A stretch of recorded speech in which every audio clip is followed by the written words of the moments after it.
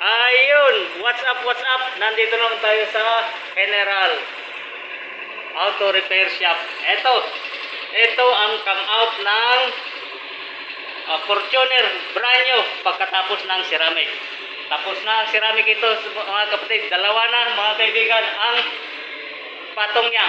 Dalawang patong. So, ito ang ceramic niya. Tapos ito, kasali yung mga fender niya, mga decor.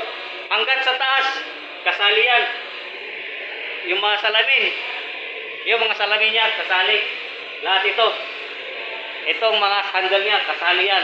So, ito ang come out ng Fortuner na brand new. So, sa mga may Fortuner dyan, ito ang come out niya kung sakaling matapos na ang ceramic coating.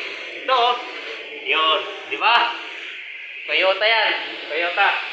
So, ang ganda. Yan, parang yung sabi ko kanina, kasali yung sa taas. Itong side mirror niya. Ang hindi lang kasali, ito windshield niya, hindi kasali sa ceramic. So, lahat ito. So, tapos na yan.